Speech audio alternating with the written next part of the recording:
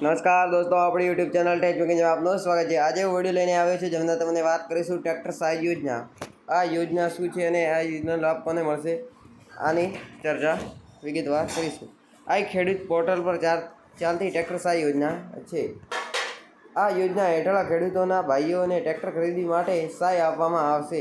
જેમાં આ યોજના હેઠળ ટ્રેક્ટર ખરીદવા માટે સહાય આપવામાં આવશે, જેમાં ₹45,000થી કરીને 60,000 રૂપિયા આપવામાં આવશે। અત્યારે બધા લોકો પ્રધાનમંત્રી ટ્રેક્ટર યોજના વિશે પૂછે તો આ યોજના છે। ટ્રેક્ટર સહાય યોજનાનો ઉદ્દેશ્ય શું છે? આ યોજનાનો મુખ્ય ઉદ્દેશ્ય ગુજરાતના એવા ખેડૂતો કે જેમની પાસે વિશાળ પ્રમાણમાં જમીન છે, પછી એવા ખેડૂતો કે જે ટ્રેક્ટર ખરીદી શકતા નથી, તે બાબતોને ધ્યાનમાં લઈને આ યોજના શરૂ કરાવી। તે આત્મનિર્ભર બનીને તેઓ આ યોજનાનો ઉદ્દેશ્ય છે। હવે ટ્રેક્ટર સહાય યોજના હેઠળ કયા ખેડૂતોને લાભ મળવાપાત્ર છે અને તેની શરતો શું છે?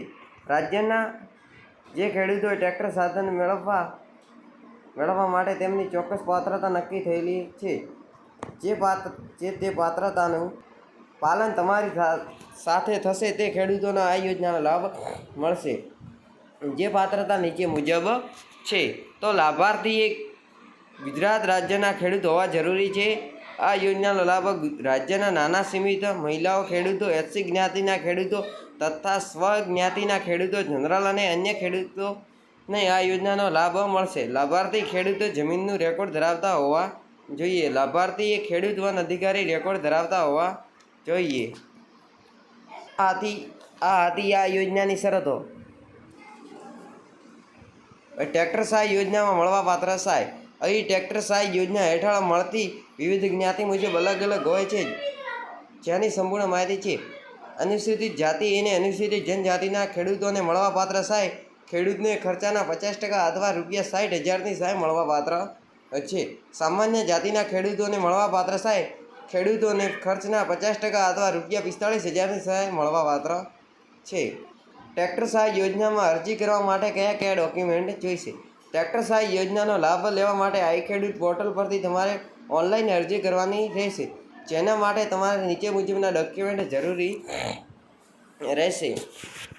તમારે આધાર કાર્ડની ઝેરોક્ષ, રેશન કાર્ડની ઝેરોક્ષ, જે લાભાર્થી એસસી જ્ઞાતિનો હોય જાતિનું સર્ટિફિકેટ જે જ્ઞાતિને લાગુ પડતી હોય તે, જે ખેડૂતો લાભાર્થી એસટી જ્ઞાતિના હોય તે જ્ઞાતિનું સર્ટિફિકેટ અને ખેડૂતની 7/12ની જમીનની નકલ જોવી ફરજિયાત છે।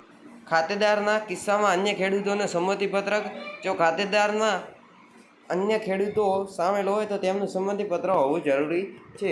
જો ખેડૂત દિવ્યાંગ હોય તો દિવ્યાંગતા હોવાનું અંગેનું પ્રમાણપત્ર હોવું જરૂરી છે। લાભાર્થી જો ટ્રાઇબલ વિસ્તાર હોય તો વન અધિકારીની પત્રની નકલ, લાભાર્થી પાસે આત્માનું રજીસ્ટર કરાવેલું હોય તો તેની વિગતો, સહકારી મંડળીના સભ્ય હોય તો તેની વિગતો, જો સહકારી મંડળીના સભ્ય હો તો આ લાગુ પડશે। દૂધ ઉત્પાદક મંડળીના સભ્ય હો તો તેની માહિતી લાગુ પડશે, જો હો તો આ લાગુ પડશે। તમારે બેંક પાસબુકની ઝેરોક્ષ ફરજિયાત હશે અને તમારે મોબાઈલ નંબર ચાલુ હોય તેવો આ ડોક્યુમેન્ટ જોઈશે આ યોજના। તો આ યોજનામાં બસ આટલું જ। મળીશું નવા વિડીયો સાથે। Thanks for watching, enjoy this video. અને આપણી યુટ્યુબ ચેનલ ટેચ પંકજને સબસ્ક્રાઈબ કરી દો અને વિડીયોને આગળથી આગળ શેર કરો, જેથી બીજા લોકોને આવી યોજનાનો લાભ મળતો રહે।